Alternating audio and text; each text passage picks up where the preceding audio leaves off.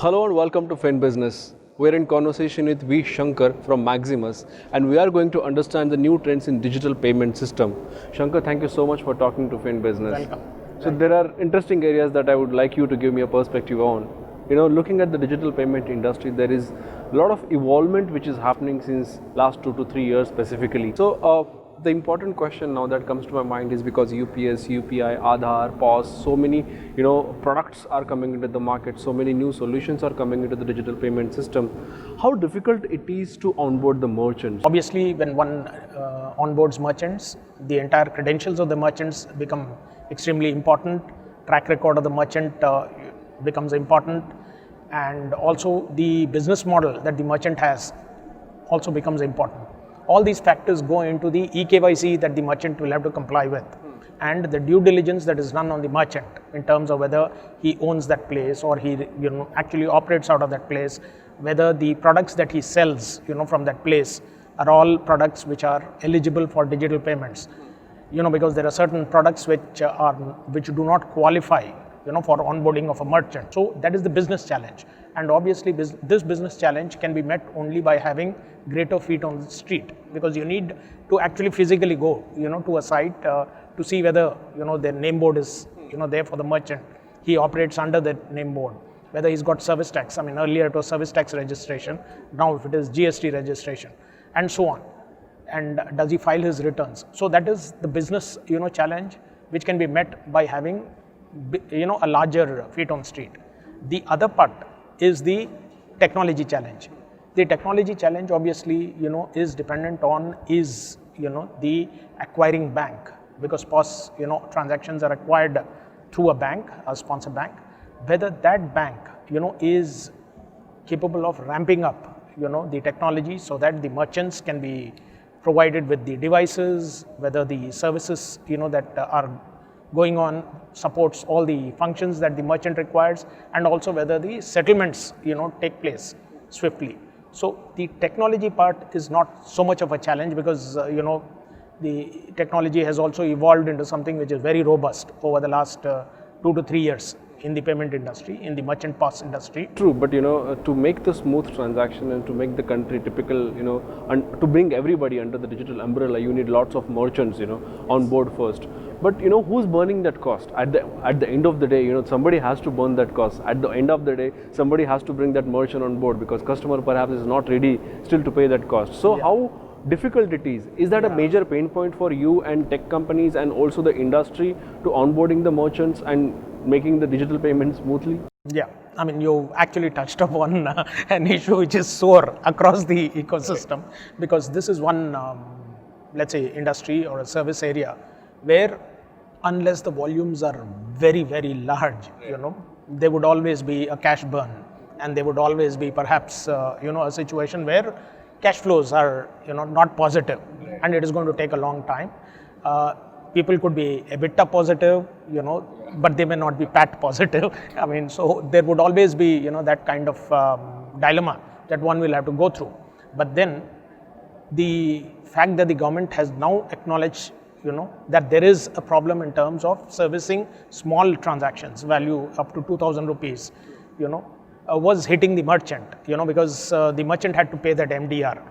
And therefore, he would rather do a cash transaction rather than accept it, let the transaction go through a card. So now, since the government is subsidizing that element, the banks also do not, have a hesitation in terms of expanding, the POS network. So there is buy-in from the bank side, because the banks are not going to be hurt, doing, this expansion. Merchants are also, quite gung-ho about this, because they are not going to take the burden. So who's it that is in between, that has to basically, take care of these costs?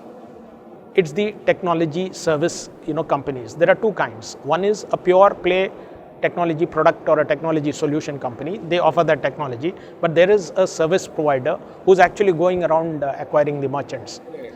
And the technology product company would get the money. I mean, there is really nothing, they'll get a price. And by and large, they'll see to it that they're positive as far as their margins are concerned. It's the technology service companies who are now required to work out a business model that will enable them to be unit economics positive.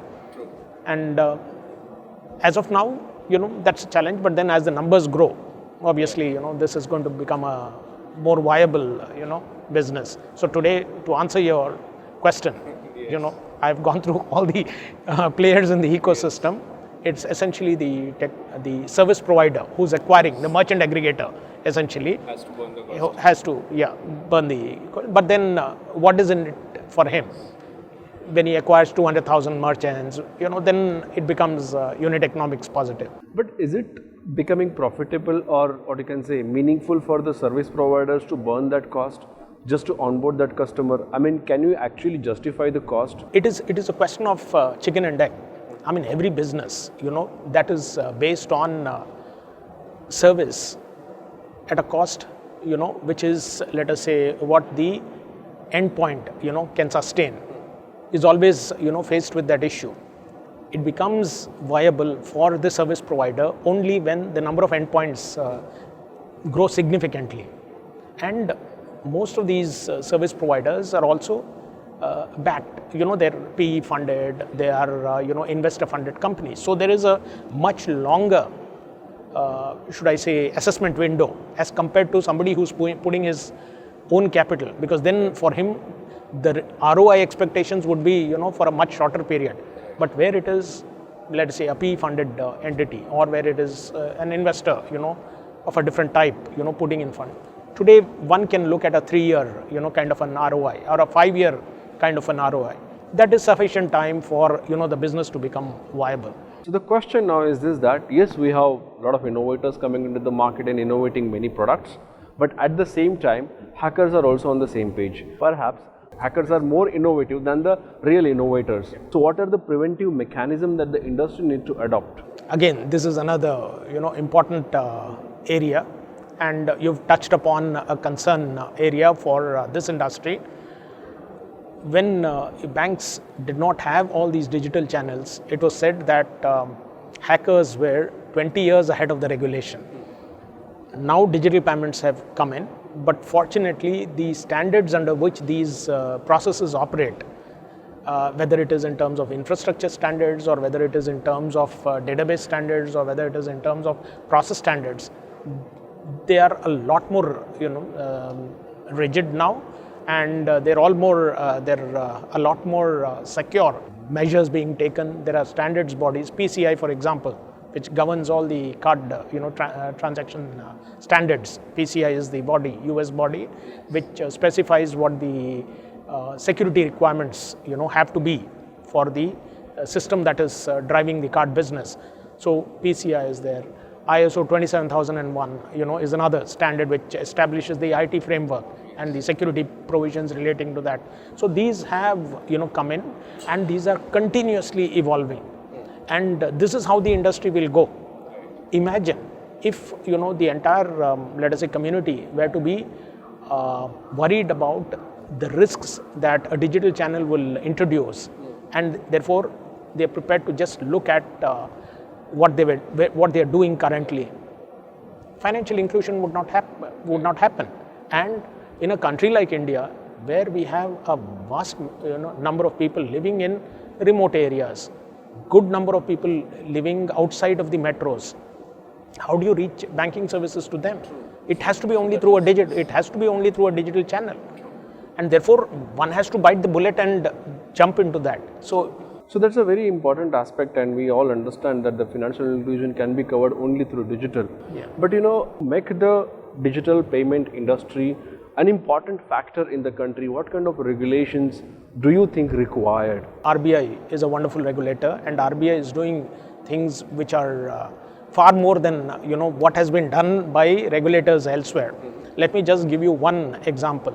Today, any transaction that takes place, let's say on a merchant site, e-com site, requires an OTP, and only after the OTP is entered and validated, does the transaction go through. So there is already a second factor authentication that is there in India.